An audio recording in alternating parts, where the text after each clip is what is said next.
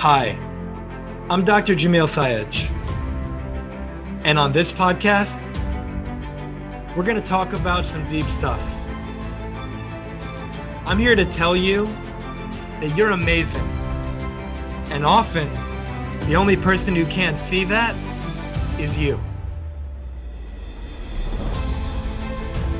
No matter who you are, what you do, or where you're from, there's greatness in you. Let's talk about it. Hey everyone, I'm Dr. Jamil Sayed, life, business, and relationship coach, and welcome to the Transformation Starts Today podcast, where I interview leaders, champions, and high performers from all walks of life as they share their story, the lessons they've learned along the way, and empowering perspectives to help you create an extraordinary life without regret, starting today. Today, we have Lindsey Sullivan with us. Lindsey Sullivan is an empowerer, writer, Emmy Award-winning content creator, theater lover, and podcast host in New York City. She launched Very Nearly Almost, her podcast about alopecia areata and other secret superpowers in September of 2021. Her ultimate dream is to publish a book of essays entitled Very Nearly Almost. Lindsey, thank you so much for being with us today, and welcome to the show. Thank you so much for having me. I'm so excited to be here. It felt so fancy for you to read my bio. I loved hearing it, so thank you. You're welcome. How you doing this morning? I'm doing really well. I love, it's a beautiful day, and kicking off any day with good conversation makes me so happy. So I am thrilled to be here with you. Absolutely. And so something that I understand recently you won an Emmy Award, right? I did. So it's kind of crazy. So we with broadway.com, we, in addition to the website, we make so much video content. And I would say pre-pandemic, that was something like we had multiple series going that I worked on producing. And so now, with the pandemic, something that I was fortunate enough to dive into is our nationally syndicated theater news program, The Broadway Show with Tamsin Fidel. Mm. And it's crazy because with any awards, you're kind of like the timing of them. So sometimes you work on things that maybe you like leave in the rear view because you always try to stay present. And so yeah, it was Halloween. Like I was out for Halloween with some friends, and it was the New York Emmy Awards, and they were virtual again this year. Mhm. And so I got two missed calls from my best friend Caitlin Moynihan, who is also a content producer. I'm so fortunate to work with one of my favorite people who's just an incredible teammate. And so she called me twice. And of course, my first thought is like, is she okay? Is she all right? And she texted me. She was like, "We won the Emmy. We won Emmy awards." And so we had submitted for, this was in October of like 2021. And so we had submitted our episode from I think April 2020. And this was honestly even before I was really honing in on working on the Broadway show. And at that point, it was also called Broadway Profiles with Tamsin Fidel. And so, yeah, I won an Emmy Award for producing this segment that was on it. And it was a amazing photo and video shoot with Rob McClure. And Rob McClure is wonderful. He's very beloved in the Broadway community. He is currently playing Mrs. Doubtfire on Broadway. And Mm. he actually commutes from Philadelphia to do this role because like having Wow. that family time, having that time in Philadelphia is so important to him. So we literally spent 24 hours in Philly capturing like his story and his like how he lives this sort of day to day. And we even like spent the night and commuted into the city with him to rehearsals for Mrs. Doubtfire. And so, producing is such a weird job. It's kind of like hosting a party, and that you kind of just have to make sure like everyone is good and everything is okay. And so I'm so proud to be an Emmy winner. But when I tell you it was for cold calling donut shops in Philly saying, "Hi, can we shoot really great photos of Rob McClure in like dressed in a power suit eating donuts at your shop?" It's wheeling around a suitcase of suits for Rob McClure. It's making sure that we're keeping time going to the next destination. So yeah, it's wild, and I'm endlessly grateful. But yeah, explaining what I do to people can sometimes feel hilarious because producing is such a kind of catch-all of tasks. Yeah. Well, congratulations when you got Thank you. that phone call. It must have been wonderful. Oh my goodness. I was out and about and just was so honored. It's just, something I said in my reaction sort of to it was I always dreamed of working in theater journalism. That was always from a very early age something that I randomly was like, I want to do this.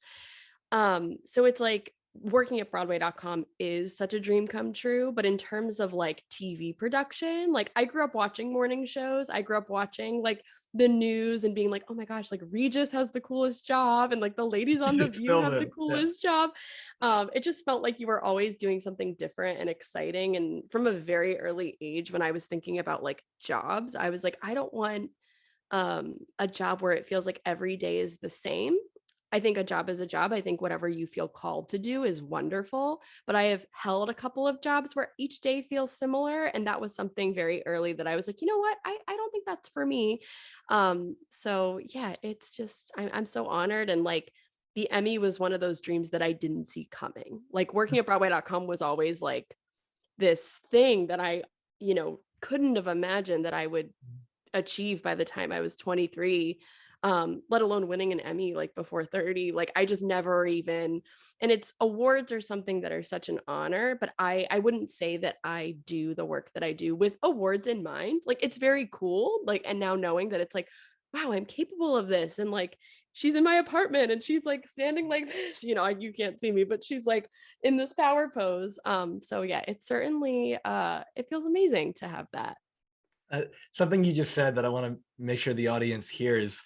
Yeah. So notice that Lindsey said, working with Broadway.com, always wanted to do that. But the Emmy thing, it wasn't really on her radar. But by chasing her passions, by going after what excites her, that was a natural, outpouring of that. And so thinking about in your own life right now, there are things that you're doing or not doing that you would love to be doing.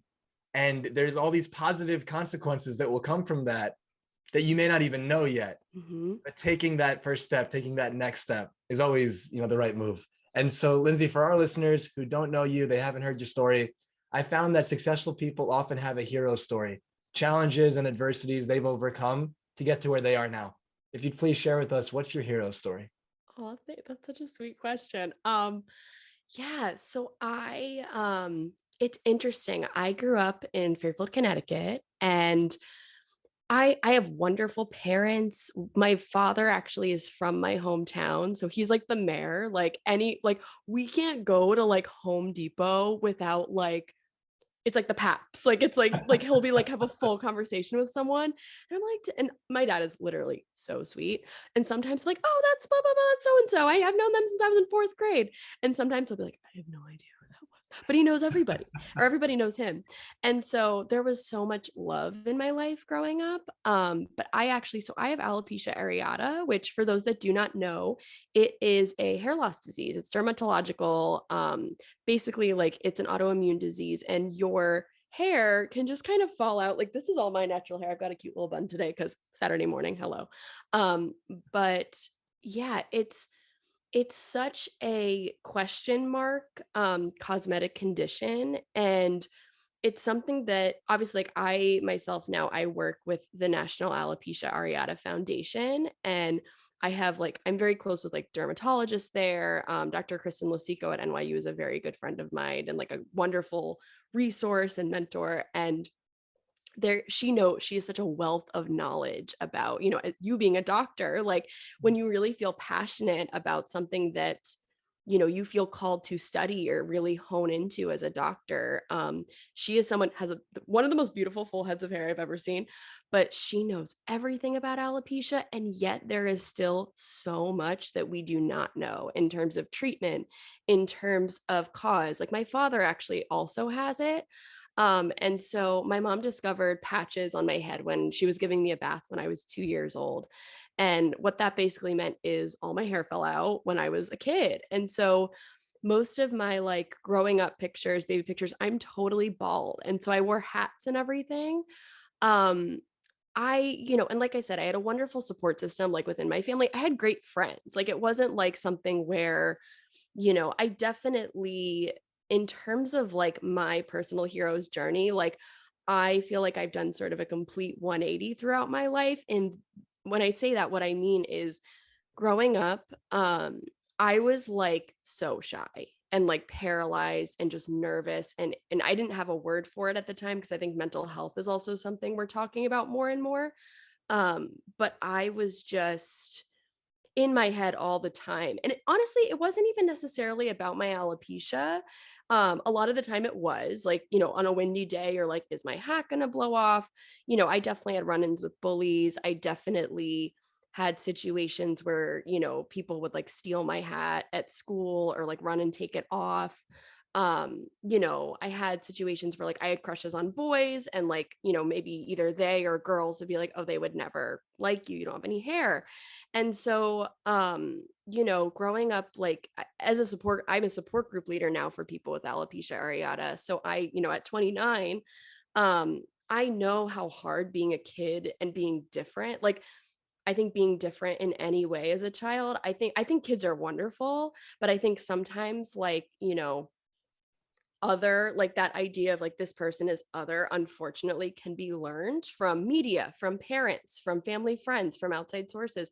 I think people inherently like aren't judgmental, but I think there's like, because honestly a lot of the time it wasn't just children. A lot of the time maybe I'd be at a play date with a new friend, and I remember even in high school, like I had a mother of a girl I was like getting to know. We had like a slumber party, and her mom was like, because at that point I would sleep with like my hat on at sleepovers because I felt just really ashamed of like showing my head. And the next morning, the mom like made us pancakes, and she was like, "What's under your hat?" Like I was hiding something, and it was just really invasive. So just a lot. I felt very um much like wanting to fade to the back because whenever attention was on me, it was not in a way that I liked. I didn't like getting asked questions. I didn't like getting made fun of. And so I would say from like not, and I don't want to say I had a bad childhood because like I have wonderful parents. I had good friends. I had good times. But I would say like my personality was kind of one note of just like very nervous and very quiet and very shy.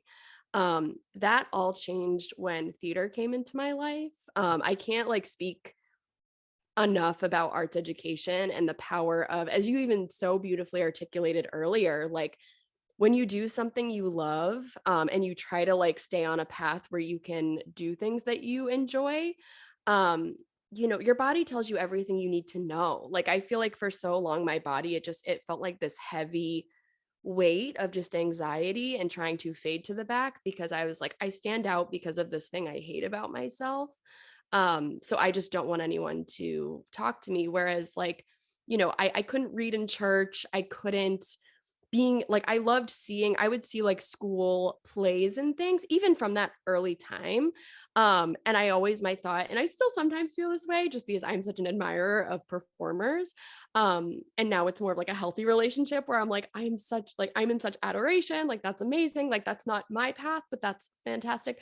Whereas like growing up I would go to shows and I would feel so served and I would feel so like filled up, like it really filled up my cup to watch theater. And I would be like, I could never do that ever. Like being, I would cry when like my family sang happy birthday to me. Like I just like my mom had to come with me to like birthday parties that were during the day, like really bad separation anxiety. Just yeah. So I really feel like this identity of myself, like from I would say like childhood to about almost the end, nearly the end, very nearly almost the end of high school, was just like scared and anxious and just like not a great it I think about the energy and I feel about like how I would feel sick like before I went to school. Like I would be so anxious about like, is my hat going to blow off today? Is this person going to ask a terrible question? Am I going to get made fun of? Am I going to get found out that I'm bald under all this? And so yeah, it was just a really tough time. And so when I got to high school, again, I saw the reason I chose the high school I did is, I felt very much throughout my early life like on autopilot. Like I was like, I get straight A's, I'm nice, like to a fault. And that's my identity. Because if anything else is my identity, I'll get attention and I don't want attention. Like it was like, get straight A's, be a good girl, and that's it. Like that's all that you have to give. And so when I went to Catholic school growing up. And so in high school, like my parents were so supportive. They were like, you can go to this school or this Catholic school or this public school. Like they very much like left it up to my brother and I to make the choice of where to take our next step, which I am so grateful that we had the ability to ask that question. And I remember like being in 8th grade and just being like, okay, like more of this, like more of school. Like, I hated school, and like, I did really well in it, but it felt like an obligation. It felt like a place where I had to kind of suffer through each day and hope I wouldn't get bullied. And so I remember I was very like whatever about the process, and my mother was like, we should go see, they're doing a musical at the high school, at the public high school, and they were doing Anything Goes. And so my mom's like, let's go check it out. And we went, and my eyes just lit up, and we went with like a couple of friends, and I was like, I literally remember being like, Mom, I want to go to school here. I want to go to this school because I want to see shows like this. And she was like, great. And of course, she's like, public school, that's cheap, amazing. And like, I had a wonderful education, but like, so amazing. And so, yeah. And it's interesting because I made that choice. I went to public school. Um, and I didn't do theater until the following year because we actually, um, so I was very shy about potentially doing theater still, like, even though I made the choice to go to high school, but a lot of my friends that I sort of made throughout my freshman year were in set crew. And so they were like, you can be involved in it, but not be on stage. That really appealed to me. And so I think I did one day of set crew, and I was like, tools and like wood, they're just not my thing. And so that was but I'm a big advocate for trying things because you might like them. And, so I actually, there was during when there was a new fall play, one day when there were English classes, English teachers were encouraged to bring students to the auditorium to see a brief excerpt of the fall play. And that was like the English class for the day. And so our English teacher brought us to the auditorium, and there was this girl, and she was playing Sabina in The Skin of Our Teeth. And funnily enough, I'm thinking of your sister, Jillian, because she had the most curly, black, amazing hair. And she did this monologue on stage.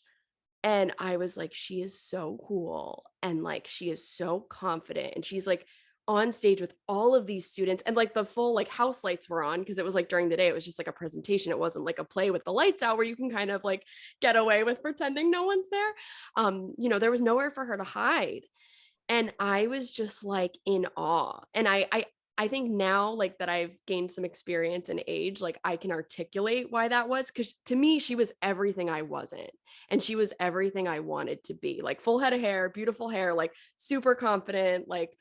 And so I would run into her in the hallway after that presentation. And I kind of told myself, I was like, I need to tell that girl she did a good job because she's so cool. And like that, like talking to people, it's weird. Like as I got into high school, like I was very lucky in that like I kind of made friends pretty quickly. Like I think I just being in a new place where I wasn't confined to like my previous identity and a uniform, I think I felt a little more like, okay, like we kind of started chipping away at the anxiety. So I remember finally getting the courage to go up to this girl in the hallway. And I was like, you are so amazing. I saw you in the play presentation, and I just think you're so cool. And she was like, what is your name? And I was like, I'm Lindsey Sullivan. And she was like, are you doing drama club? And I was like, oh, I did set crew, but in my head, I'm like, I like banned myself, and they basically banned me from set crew because I was not very good at it. And she was like, no, like acting. And I was like, that's scary. And she's like, no. She's like, there's an acting class. It's really fun. Take it next semester as an elective. I take it too. And so I was like, her name was Catherine Laudadio. And I was like, I could be in class with Catherine Laudadio. And I was like, it's a class. Like, I'm good at school. I could do this. And so, the rest is kind of history. And that, like, I took that class, and learning to sort of act in front of a smaller group of students started to make me be like, okay.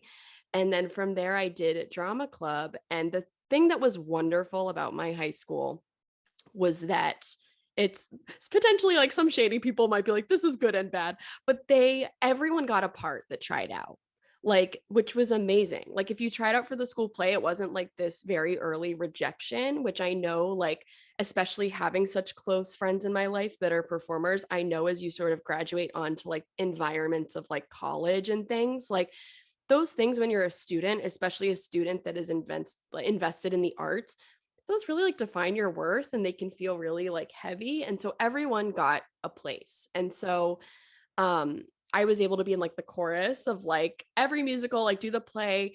And it's interesting. I remember the first day I was going on, and like it was like a school classroom scene. We were doing Anne of Green Gables, and I was going to be sitting with a bunch of other kids in a class. I didn't eat anything all day. I was so nervous. Like I was almost crying, being like, why did I do like kind of those same feelings I would have in school when I was like, I don't want to be like in person or like surrounded by people. And as soon as I stepped on stage, I was like, like my friend Tiffany was in set crew, and I was like, I don't want to do this. I don't want to do this. She's like, you're with like a bunch of people. And the minute we got on and got off, she found me and she's like, how are you doing? And I was like, that was the greatest thing ever. Like, I was like, that was so much fun. And so I kept doing it and I got more comfortable. And by my senior year, we did To Kill a Mockingbird, and I played Scout in the senior year play. Like I led the play, and I did not know I could do that. Like when I got cast in the part, like I was like, I'm leading a play. I have to memorize all these lines. And I will say like that happened. So I know this is a long story, so feel free to cut like, or if you need me to like speed it up, like I am not offended, like whatever you need for your listeners. But basically, so I got more comfortable doing drama club, and that really made me so happy.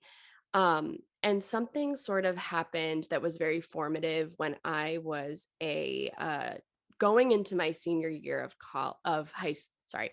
Something very formative happened when I was going into my senior year of high school. So I was very close friends with a young woman who, her name was Emma von Euler, and she committed suicide in June of our junior year. And it happened suddenly. And she was someone who, she played multiple instruments. She was like head of French Honor Society. I was in advanced English classes with her. She was really someone who walked to the beat of her own drum, and like in a way that I think people think they do in high school, but she really did. Like she was like, just such a wonderful person. And so when that happened, obviously it was devastating. But knowing your story too, Jamil, like I think death is such a terrible thing, but it is truly so formative for us that have the gift of continuing to live on. And so when that happened, obviously it made me and my high school friends very, very close. And I would say that summer following, because Emma was such a force, like I kind of reevaluated and was like, she is this person who walked to the beat of her own drum, and like it breaks my heart that something was going on where like she didn't want to celebrate that. So I really want to celebrate that in my own life. And up until this point, all through high school, I was still covered. So this is all my hair, hello, but I have like a big bald spot on the back of my head. And so I would cover that up with hats or with clips. And high school, I definitely was getting better. Drama club definitely helped, but I was still covering up because I didn't, I'm like 5'2", straight A student in front of the class. I'm like, I don't want to explain to the people behind me what's going on. And so whatever inspired me going into my senior year of high school, the first day, I was like, I'm gonna just let my hair be down and my spot will show. But like, it's because I remembered that it was one of those interactions that you think doesn't mean a lot, but in retrospect it does. And we were in English class, and I was wearing a hat to school that day, and so I had my hair just like down with a hat. And so I went to the bathroom with Emma, and Emma was such a close friend of mine that I actually took my hat off and was like finger combing my hair. And she was like, Lindsey, like your hair looks so good just like down, like just like. And I was like, oh, like that's sweet. Like I just, she was someone I trusted that I could like do that quickly in the bathroom with. But she was like, you should just like wear it down, like you look so beautiful. And I just, I like threw the compliment away. I was like, okay, I'm never gonna do that, but thank you.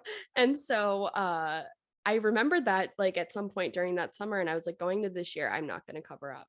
And not that I wasn't scared. I certainly, going into that first day of my senior year of high school, I had a baseball cap in my bag. I was like, we're gonna like, if I need it, I'm gonna grab it.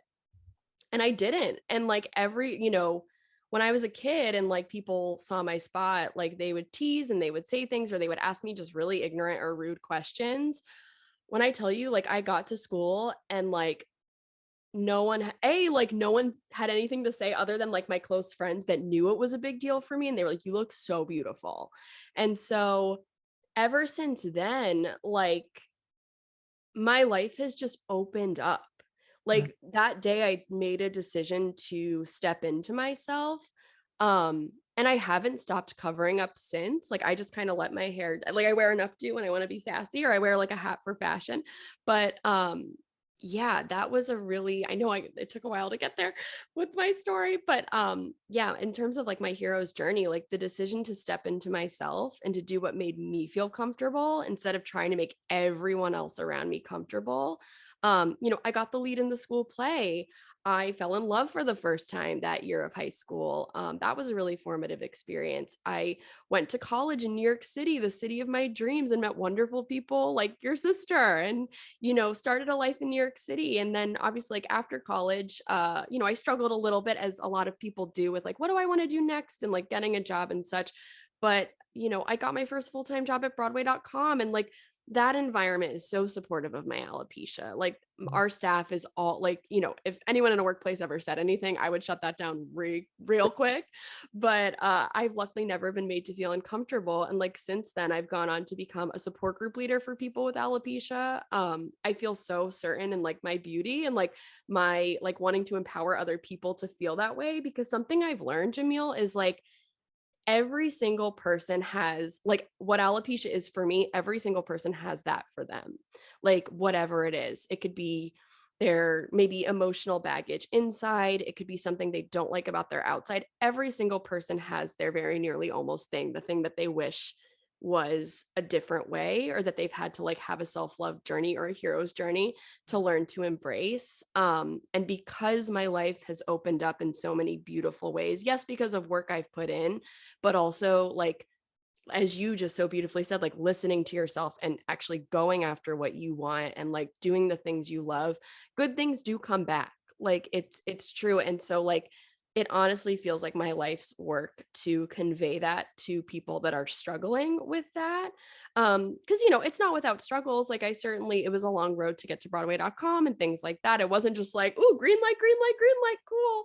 But I do know the difference between, the feelings in my body and the feelings of like just trying to hide for most of my childhood. And like honestly, like high school was when that switch got flipped. So yeah, that was a very long hero's journey. So I appreciate you listening, but feel free to cut that however you would like. No. I'm keeping that in its entirety. Thank you Oh so my much gosh, you're so for sweet. thank you for sharing that. And it's so beautiful to hear how you really came into yourself. And there's a few things that, let's see if memory serves, let's see if we can do this.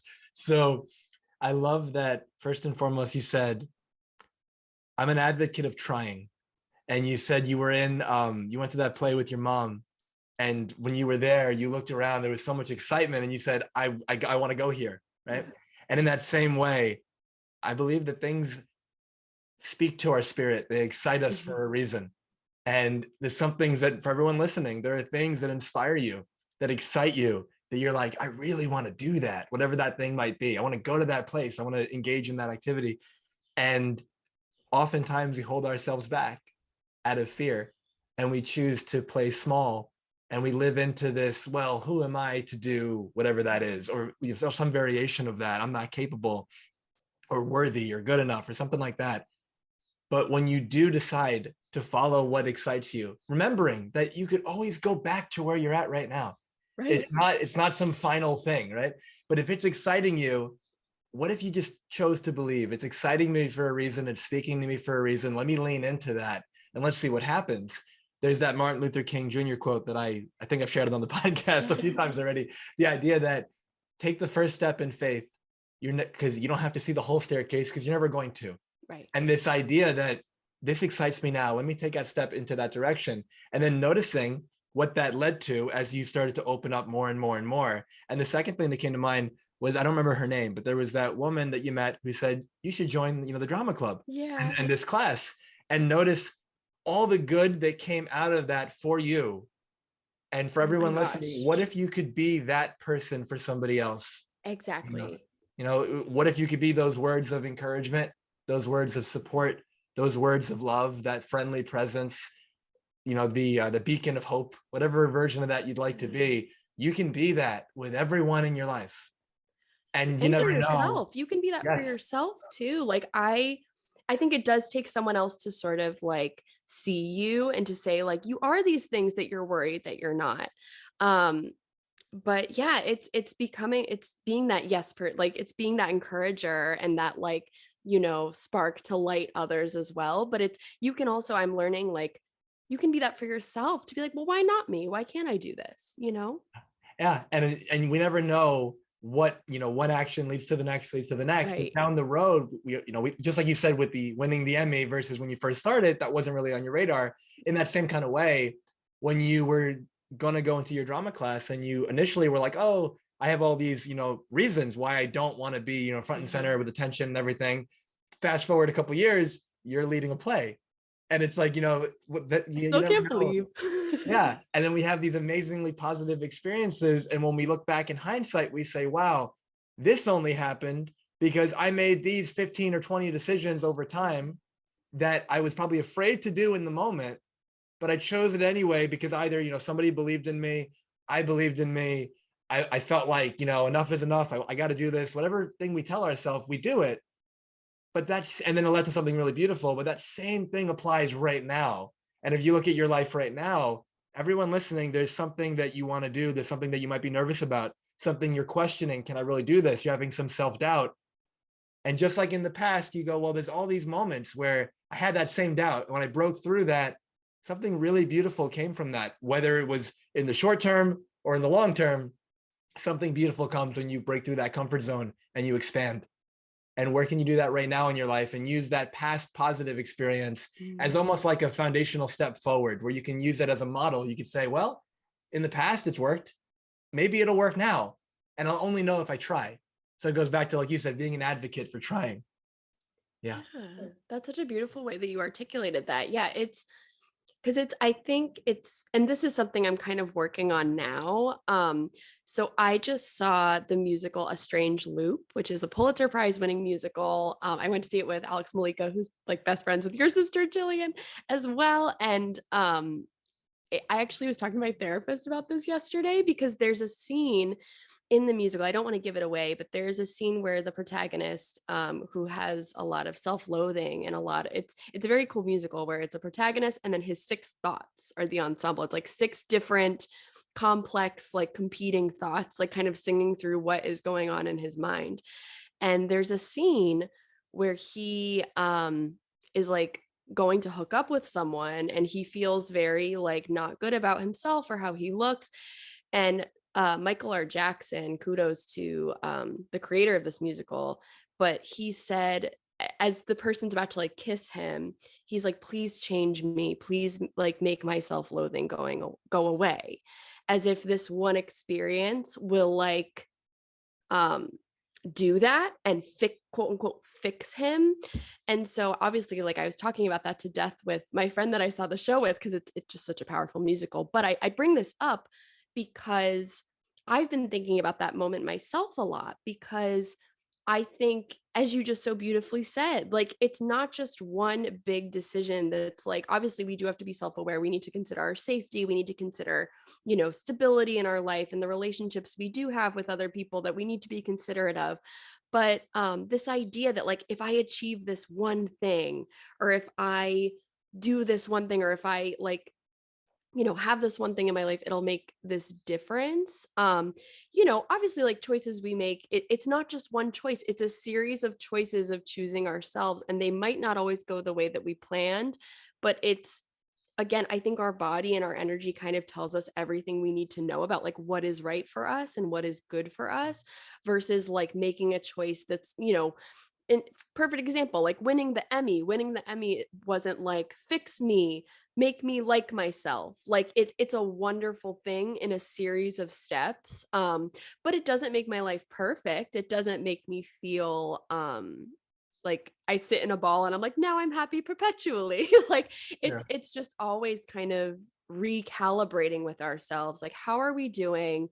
Are we seeking validation externally? Like if so, Is it like a healthy goal that we've actually been working towards and it's something we want to celebrate because it is so important to celebrate those moments? Or are we putting our whole identity in something happening in a Yeah. certain way? Because that's also harmful too. Yeah, there's a perspective that I have that I want to share with everyone listening, and you alluded to it. Oftentimes people will say something like, some variation of, can you fix me? Hmm. And I will respond with, no, because you're not broken. And, Aw. and this perspective that I believe each of us is already whole, perfect, and complete. It's just that we have these stories in our mind of expectations of how we should be, given what we see outside with other people or with society, or we need to be a certain weight, we need to have a certain amount of hair, we need to do certain things, make a certain amount of money. And it's all this like outward comparison Mhm. to other people. And all that does is it puts you in the land of should, which is the land of Mhm. shaming. And when you're coming from this place of I should be something that I'm not, or I should look away that I don't, I should have more than I do right now, all it does is it robs you of your peace that you could experience in this moment. And you're coming from fear, and you're coming from just like anger, maybe resentment, things like that. But if we can just let that go and we can control the controllable, I look the way that I look, I have what I have, I do what I do, and I am who I am. And now from that foundation of acceptance, of surrender to that, Mhm. there's a beautiful book by a woman named Byron Katie called Loving What Is. And just the idea of your peace lies in first and foremost loving what is, coming from that foundational place of acceptance and surrender to this moment because it is. I often tell my clients some variation of it. If it's raining outside and I'm really upset, and you say, why are you so upset? And I say, it's not supposed to be raining. Mm. What sense does that make? It is raining. What do you mean it's not I'm supposed like, to Jamil, be? you Yeah, good? exactly. It's like if I'm really upset right now and you say, why are you so upset? And I say, because it's raining. Somebody up the street is really happy. And you say, why Yeah. are you so happy? And they go, because it's raining. And we each have a different story about what the rain means, right? But going back to, it's not Mm. supposed to be raining. Well, if it is raining, it's supposed to be, and that's the evidence. It's all you need. In that same way, I look a certain way, I make a certain amount of money, I've got certain, what I might call imperfections, whatever that might be. Like you said, we all have something. But what if I just say, well, whatever I have is what I'm supposed to have, given whatever has happened to me and the actions that I've taken and not taken. And if it's a physical thing, maybe it's a genetic thing, whatever it is, it's led me to this moment. It is what it is. And if I come from that space of acceptance and I drop the I should be anything other than what I am, from that place, that's your seat of power to make a change. And if the change is possible, whatever it is you could do to improve your situation and you want to do it, you go do it. But the intention matters. So rather than doing it from a place of a deficiency and I'm not enough and fear and I'm running away from something, I'm trying to, like you said, cover up the imperfections or fix myself.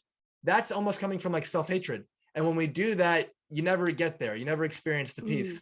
But when we let that go, and now we make any changes we want to make from an empowered space of, I don't have to make any of these changes because I'm already perfect as I am, but Yeah. I want to make certain changes. And so I go do that, but from a place of I'm already enough.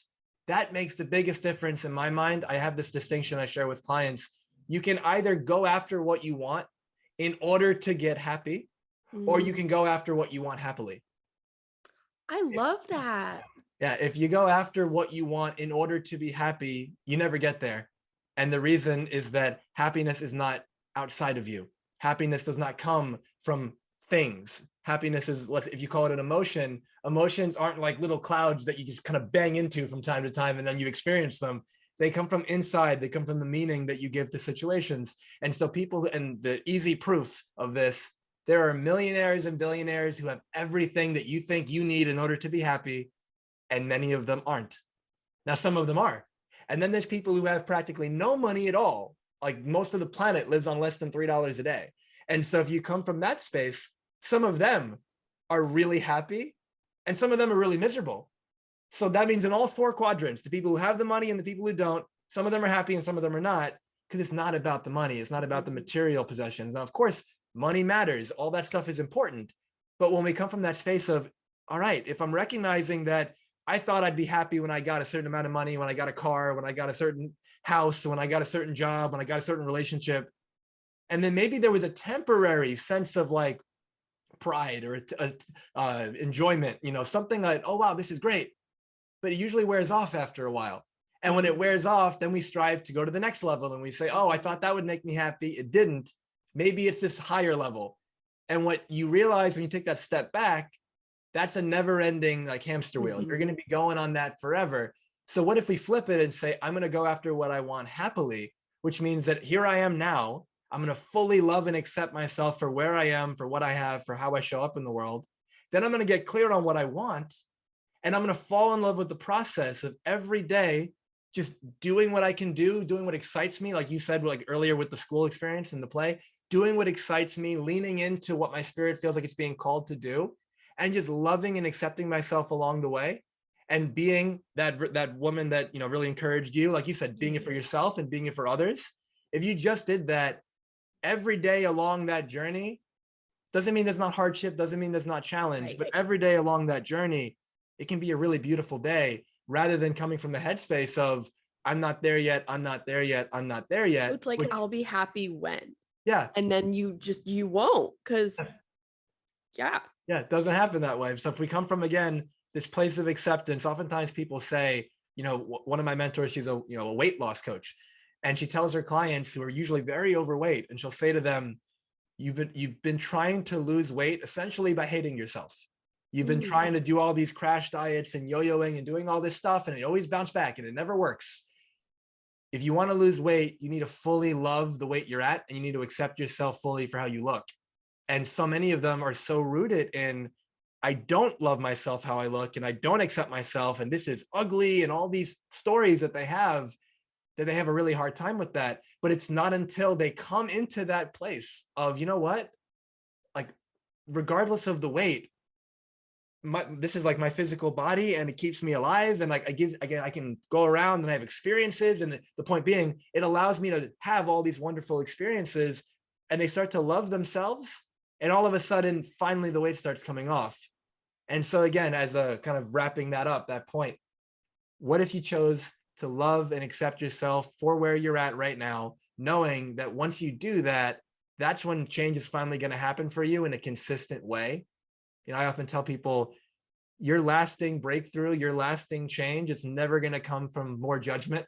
It's going to come from higher levels of self-love, compassion, respect, and forgiveness. And when you come from that space, it's incredible how quickly your life can change.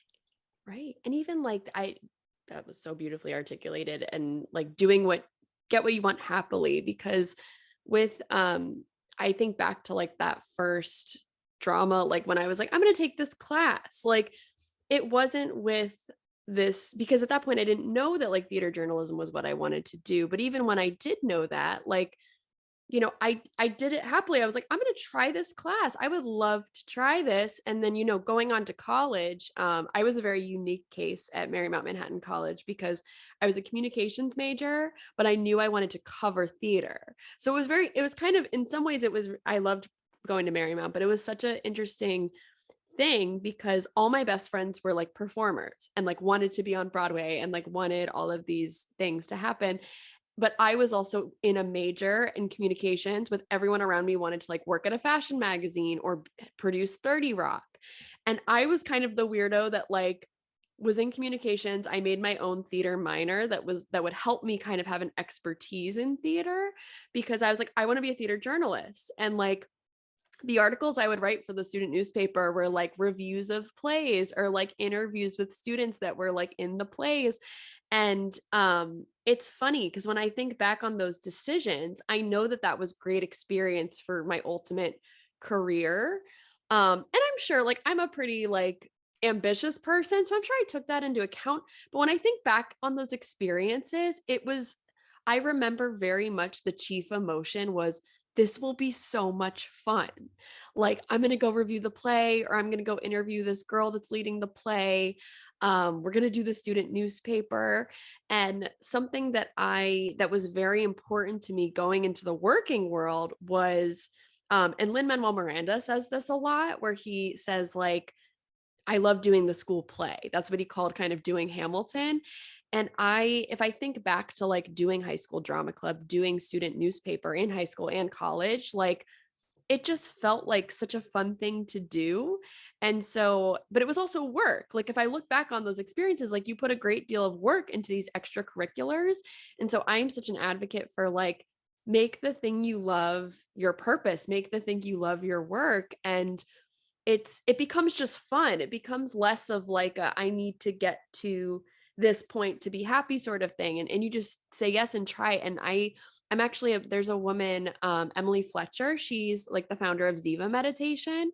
And she actually gives a great talk about the science of meditation and what is going on in the body physically when you meditate and what those sort of the benefits can be. Because I think a lot of us got into meditation during the pandemic, but for me, it was something that I was like, I kind of want to know like what's actually going on, because I think some people can be dismissive of it or like, that's so woo woo or this and that.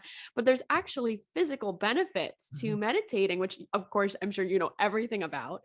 But she said something really beautiful about how meditation is supposed to sort of clear space for you so that whatever amount of time, whether it's 5 minutes a day, 10 minutes a day, 2 hours a day, 15 minutes a day, whatever you can give to yourself in meditating, the ultimate goal is to clear space in your mind and heart so that you are in tune with, instead of, as you said earlier, like, what will make me like, how can I get to being happy?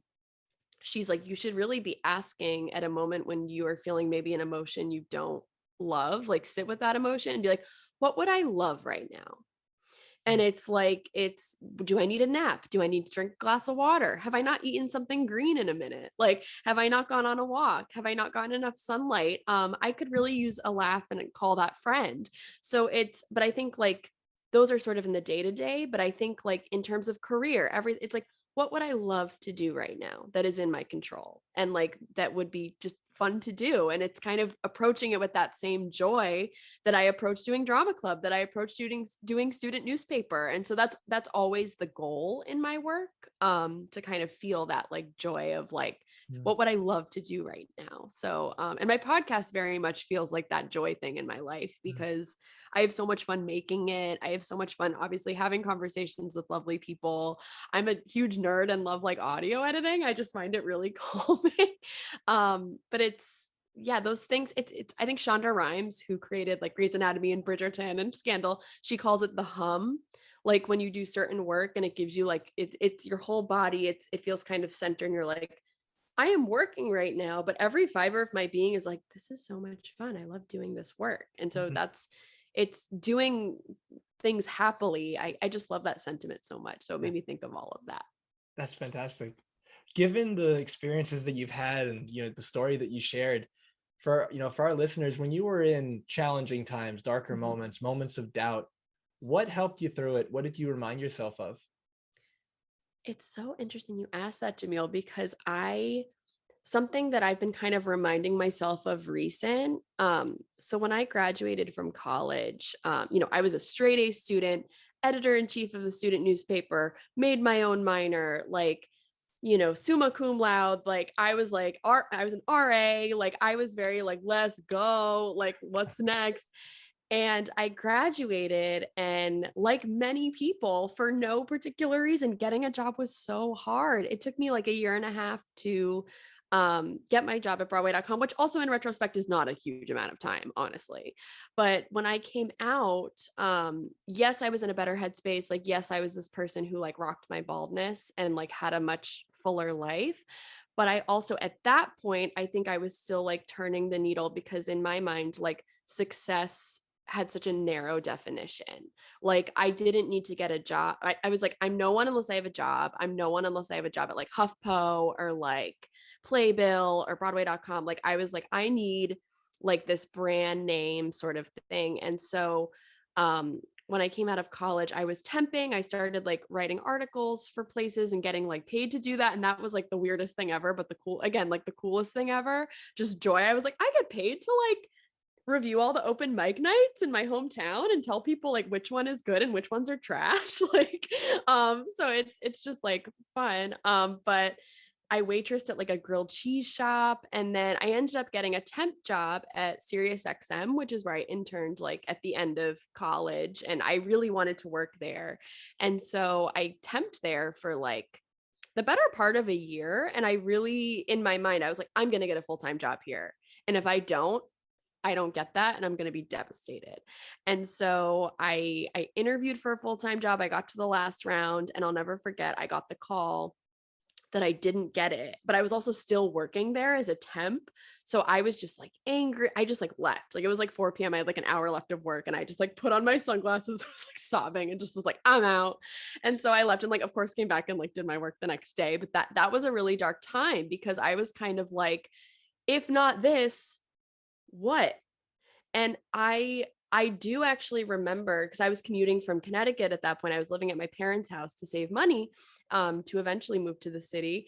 And I remember being on Metro North and looking outside and being like, if not this, what? And like I was very like sad, but then I was like, wait, if not this, what? I could do anything. Like I could do anything now.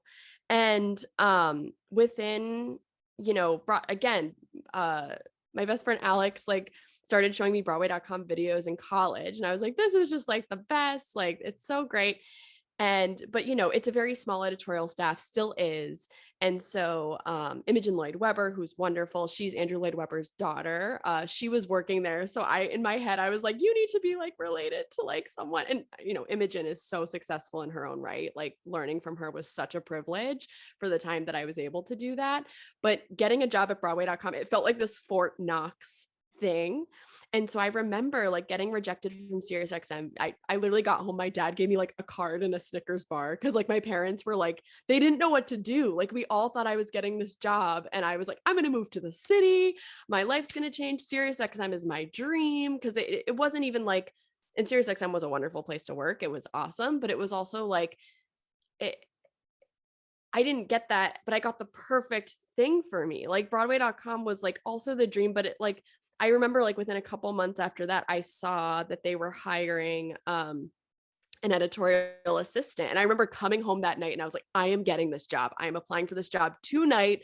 My like laptop wasn't working. So my best friend came over with her laptop and let me apply for the job on her laptop. So it's all like your support system is so it's not just you in the hero's journey. Like that it's so important to like have those people that are like, I see you and you're doing great. And I'm here to help you and give you my laptop when it's pouring rain at 10 p.m. because you feel like you need to apply to this job right now. And so I did. And it's interesting because I applied, Jamil, and I didn't hear back for a while. I kind of budgeted like when I was applying to jobs kind of continuously, I budgeted like 2 weeks. Like in 2 weeks, I will hear about this. And you know, after that, whatever. So I was like, I'm not gonna waste energy like worrying about something. And so I was working at SiriusXM. My temp job was kind of getting to the end of it. Like basically the rule was like you're in a department for 6 months is like the limit. So I was in editorial for 6 months and then they liked me enough that they were like, we're gonna put you in marketing because we just want you around because you're the best. And I was like, oh my God, thanks. Jokes on them, marketing was not my jam. And like I did it, but like happily, I don't know. And that was very much a job where I was like, I don't want to do this every day, which again, those are so valuable too, because I got to understand when I was 22, I was like, great, this is what I don't want to do. So I'm going to put my energy and my work in a direction of what I actually do. So like such a gift having that job and that experience, and that they were kind enough to keep me on. So I had a job at all. But I remember towards the end of that job, my boss was a wonderful man named Rich Pryor. And he was the person that was like, come to marketing. Like, you're so great. Come to and he was so sweet. And I remember he basically put like an e-commerce job together, like with me in mind. Like, he's like, you're going to run this e-commerce page. People buy like physical radios, like to listen to Sirius XM. I basically would be running this like website where people would like buy physical radios over the internet. And he was so excited because he was very there for me when I didn't get the editorial job, because I was in marketing with him, and he was really sweet. And he was like, I can't believe that didn't go that way. Like, you're so talented. And he was like, I'm really sorry. He's like, and it felt kind of like a done deal. He's like, that was just a really tough experience. He very much validated my experience and was just such a wonderful person in my life. And so here he is, a mentor of mine, kind of presenting this job to me. And it's, like, I would work at SiriusXM. There's the brand name. I would have financial stability. I could move to New York, like I had been wanting to. And it was so hard because every fiber of my body was like, do not do this. You do not want this job. Like, you don't want to do this.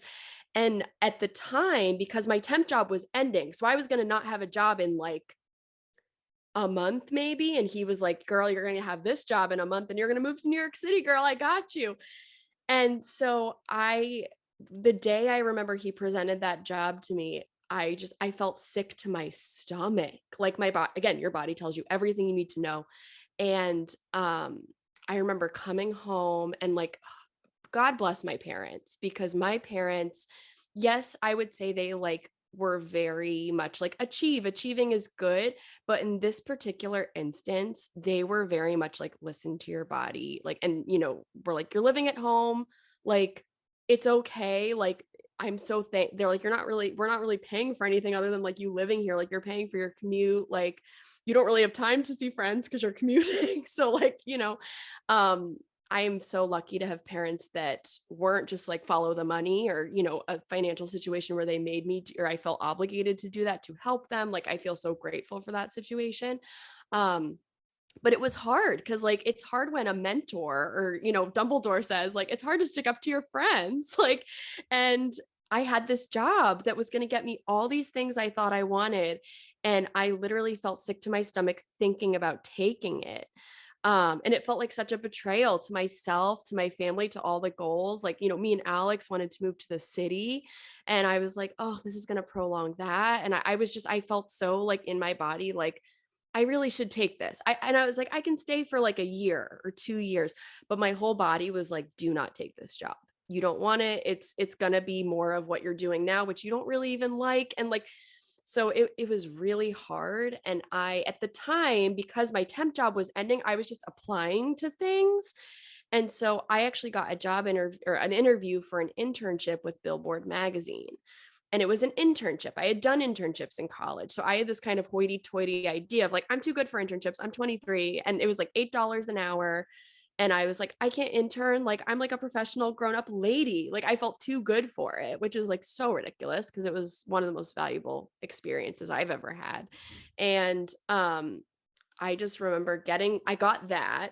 And I told Rich, I was like, Rich, I got this internship at Billboard magazine. And he echoed, he's like, Lindsey, like, it would be really bad for you to step away from this job that I'm offering you for an internship. Like, he made me feel really bad about it. And like, I understand, like, I'm sure he stuck his neck out to try to get me this job.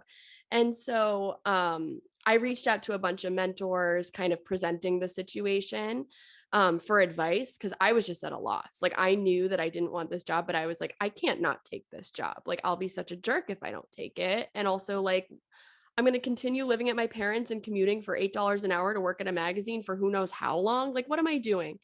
And I remember like one of my mentors was like, you have to do what you want to do.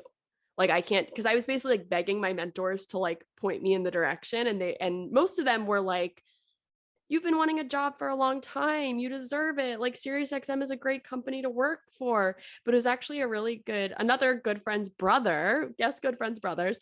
He was basically like, you need to do what you want to do. He's like, and he's a very successful journalist. He's worked at like HuffPo, The Atlantic. Like, Nick Bauman is so amazing. And he said to me, he's like, you need to do what you would like to do. And so, you asked me that question of like, where were you in those challenging moments? And like, I was panicking. I didn't know what to do. Like, even I remember so distinctly. So my temp job ended and I started at Billboard, and Rich was like, within a month of your Billboard thing, you're going to get a call about this job and you basically need to make a decision. And so I remember I was at Billboard and I was loving every moment. I loved writing articles. I loved a lot of my job as an intern was transcribing interviews. So I think that made me a better interviewer because I listened to people interview people pretty much all the time. And it was so valuable and amazing. And so yeah, it was just great. And so I remember going downstairs to take the call about this woman, Jessica Fox. She worked in HR at SiriusXM. She was so nice. She called me basically being like, hey, do you like, you've got it. Do you want it? And I remember excusing myself to go downstairs and go to like a payphone. And I was in like the thing with the payphone. And I at that point, I literally said to my mom that morning, I was like, I don't know what I'm going to say. Jessica Fox is calling me today. And I didn't know, like, I didn't know what my decision was going to be. And so I literally was like very anxious all day. I go downstairs, she calls me, and I answered the phone being like, I don't know what I'm going to say. And I just broke down crying and I was like, I can't take this job. And I was like, and she was like, okay. Like, so it's no harm, no foul. And Rich is still like so encouraging and sweet to this day. Like he knew that like Broadway writing was what I wanted. So like, you know, when he saw on like LinkedIn that I like won my Emmy, he was like, oh my gosh, like he's such a supporter. But I said that to this woman. I broke down crying in the phone booth. And when I tell you like that was a challenging moment, I didn't feel a wash of, yes, I made the right decision. I wasn't sure. I was like, did I just ruin my whole life? Like, I was like, what just happened? And I went upstairs and I continued working at Billboard. And honestly, if I think back a couple months later, I got an interview with Broadway.com. And I think one of the things that I talked about a lot in that interview was the editorial boot camp that I went through at Billboard and how much I enjoyed it. And I think that might have been a great factor in like landing me my editorial assistant job. And like, it's for your listeners, like, and I say this to my friends all the time, like, I truly believe if you stay positive and you listen to yourself, I think the things that are meant for you will find you. Because, you know, I worked with wonderful people at SiriusXM. I thought it was going to be this thing. And like, but Broadway.com, like, it was my dream. I get to see theater all the time. And like, more than anything, like, all my people laugh about it, like all my best friends are my coworkers. Like my best friend Kate was our photo director and like just completely like made our site so beautiful to look at and has such a gift. And like she lives in Nashville now. I've been in Nashville twice this year because she's like my girl. Like Caitlin I have so many Caitlins that I love. Caitlin Moynihan, Joanne Villani, like they are my best friends. Like it is, I would have never expected that, like yes, you want a job, you want a dream, but the people that I've gotten to like add to my life, because I think working in the arts makes people very like accepting and like things like that. But yeah, like I went to a wedding for one of my coworkers with his husband. Like the fact that I get to share that, like, and work with just like wonderful people. And like, you know, Paul Wantork is the editor in chief. And like, he is one of the biggest champions of my alopecia work, honestly. Like when I launched my podcast, he was like, my superstar producer launched this. And he always like, you know, well, I think we were having like a staff dinner once. He's like, Lindsey, like, when's your book coming out? Like, he's such a champion of my other work, which I really appreciate. So just on a, like, yes, it's like all these things that I maybe harmfully was going after, like the brand name, Broadway. But my life is richer because I now have these wonderful people and I get to do what I do happily. And so, yeah, it's, you know, I was in such turmoil at that time. And, you know, like that was a very roundabout way, but like, I didn't really lean on anything. I was panicking. I was reaching out to people. And like, yes, I got that advice from Nick, which ultimately led to my decision to tell that woman, like, I'm so sorry. No. But it's rejection is redirection. Like I was so devastated when I didn't get that SiriusXM job. And again, like I was like, when I get this job, I'll be happy when I get this. And like, even with Broadway.com is my dream job, but I've certainly had moments where I'm like, oh gosh, like this is really hard, or this isn't going the way that I actually think. Like, and so being in that dream job now for 6 years strong, I definitely feel like I'm adopting those things of like, okay, like what's next? And also like, how do I continue to like listen to my inner voice and, like know that like just having this job, it's not my whole identity. Yeah. And like having this brand name is not what I have to do what I want happily, instead of being like, I'll be happy when I have this. So Yeah. yeah, it's a lot of times you might do things and you might not know. Like it's when I made, like I said, when I made when I think some people tell stories like, I told that woman no, and immediately my eyes brightened and I was like, I made the right decision. I went upstairs and ate a sandwich at my desk in tears. It was like, I'm working an internship for $8 an hour and I don't know if I just ruined my whole life, and like, what am I gonna do? There's always another door. Like there's always another way. And it's hard because it's like we've been talking a lot in this conversation, like trust yourself, and sometimes you just don't know, and like you said, you cannot see the whole staircase. But you know what, my body knew that I couldn't take that job, and that's all I knew in that moment. Yeah. And I listened to it, and like my life is like so much richer for it, you Yeah. know. Yeah. Wow. So for anyone listening, either maybe they're dealing with alopecia themselves, or maybe Mhm. they've got some other condition that they're dealing with. Like you said, we all have something, whatever it is. For anyone going through some challenges, some hardship right now, what message do you have for them? Yeah, I love the title of that book earlier. I think it's like love like as you are. Not loving what is. Loving what is. So I love that, and I definitely want to check that book out.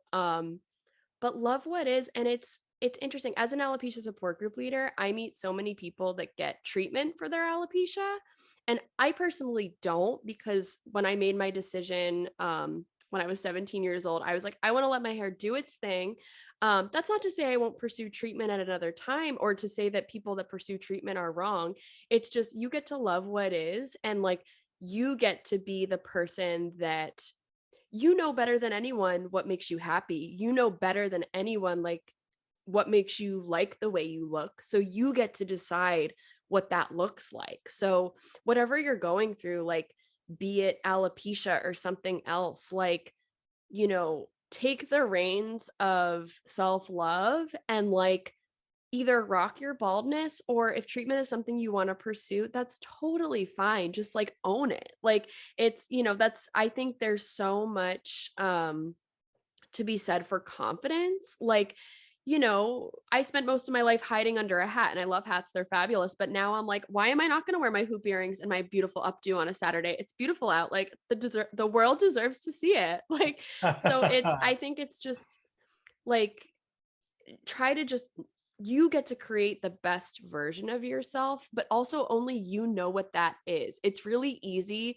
to fall into traps where maybe your mentor, your partner, your parents, your friends are like, oh, it would be really cool if you did this, or it would be really cool if you were this version of yourself.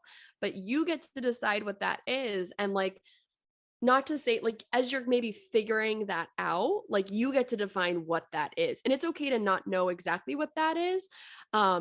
But try things, and try things that you'll know, like you'll feel good in like trying different things, and just hang on. Like when you don't know, like it's okay, sometimes you're not going to know like what makes you feel good, but I think if you can sort of dial into that where you can, it'll be so valuable and it'll enrich your life so much. I love that. I feel like you just answered the question that came to mind, but I'm going to ask it in case there's anything you want to add to it. The foundation of my work, as well as the foundation of this podcast, is to help people create an extraordinary life without regret. Is there any advice that you could share with people in order to do that? Yes.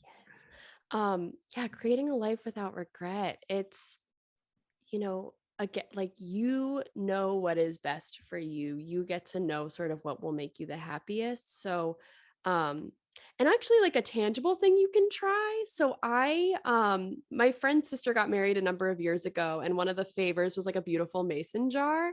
And so I took it home and I was like, what am I going to do with this? And so something that I actually do every day is, before, like the last thing I do before I go to bed, I write down like what made me really happy that day. And like some days I go to bed because I'm tired and I forget to do it.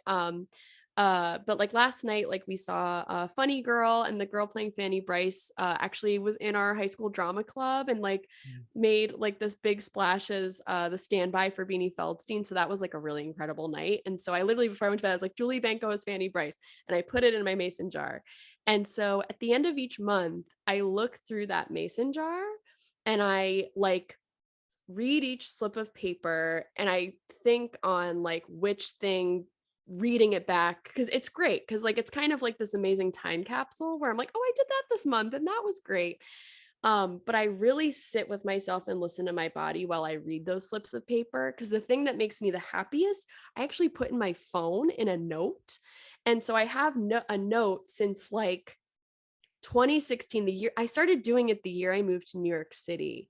And it's interesting because so it's like 12 things for each year. Cause like I pick one thing a month that like made me the most happy. And sometimes it's hard to pick, but I have this list in my phone and it's the things that make me the happiest. Mm. And whenever I'm feeling lost or like I don't know what to do next, I honestly pull it up and it like there are conclusions you can draw from your own list. Like looking at mine, I know that I'm happiest when I'm with friends, but I'm also obsessed with like nights where I can be alone. So I do need a balance of both. Some of those things are work milestones, but I also remind myself that most of those are not. A lot of them are things like, I think one of them is like walking by myself with like ice cream, or like one of them is like, I think waking up in New York City. Like one of them is like a fall walk with Alex. Like it's just, it's really like that is just a tangible practice that I've been doing. Like it's like this weird like thing that I do for myself. But honestly, it's kind of this beautiful roadmap that I have at all times. If I'm feeling lost, I'm like, what? Like sometimes I've had like a bad day. I'm like, what do I need right now? And I pull up my thing and I'm like, oh, I should watch an episode of Queer Eye. That's like my favorite thing to do. Or I should call this friend because they always make me feel full. Like it's kind of this like amazing cheat sheet of what fills your cup. Mhm. And that also helps me make decisions because I think I think it helps me kind of think back on decisions I've made. Um, and be like, what was good? And so it definitely certainly influences like making choices that hopefully lead to like the least regrets like Mm. possible. Yeah, So yeah. yeah. And thank you for sharing that. And so as we wrap up, if you would share, what is the biggest risk that you've taken that you're deeply grateful for and why? I love that question. Yeah, I mean, I think just like saying yes to myself. And that has shown up in different ways. Obviously, like going into my senior year of high school, just rocking whatever's up here. And then going on to, as I just, mentioned, like turning down stability and turning down this job that I was like, this is like ticking all the things that I think I want. But for some reason, my whole body is like, girl, no. And also like with Broadway.com, like journalism is something that I love. And like, but saying yes to like, when I interviewed for the editorial assistant job, they were like, so we haven't had an editorial assistant in like a decade. So we have stuff we need you to do, but it's also kind of like, if there's something you want to do or an article you want to pitch, like that's kind of up to you. Um, so kind of just like I would say yes to things, and now I've done so many things and have so many skills that like I otherwise would not have had. So yeah, just I would say like listening to myself and saying yes and no to the right things, like deciding to say yes and no to things based on only like what's going on in here it can feel so risky, especially when like I said earlier, like mentors, parents, friends are telling you and from the most amazing of places, like giving you advice. But like what's right for you. Yeah, I love saying yes to yourself. It's really, really well put. And I think we can all benefit from saying yes to ourselves more. And so, Agree. what are you working on now that's exciting you? We are going into Tony Awards season. So it is a busy time at work. I was at the theater every night this past week, which is like such a privilege, like that I even get to say that. Very nearly almost because of that, like something that was very in setting my intention for creating very nearly almost my podcast about alopecia and other secret superpowers. I never wanted it to feel like homework because it actually started from like doing my support group leadership volunteer work. And I would like hang up from, because obviously I'm not a licensed therapist, but I've had alopecia for 27 years. So I'll like talk to people and I'll be like, I was like hanging up those conversations, like talking to people one-on-one and encouraging them and being like, wow, I want this to be my job. This is so much fun. Like, I love empowering people. And I actually talked to her with my therapist, and because I was like, should I be a therapist? And my therapist was like, because I take on other people's things and like I just like want to empower people. So she's like, I don't know if that's the right fit for you. And so we've since determined it isn't. But that's kind of where the seed was planted for like I'm a media maker and a content creator, and I can encourage people in this space. And so doing, as I said, like doing that feels very much like I would love to do that. Like it feels very much like the thing in my life where I'm like very nearly almost is what I love to do.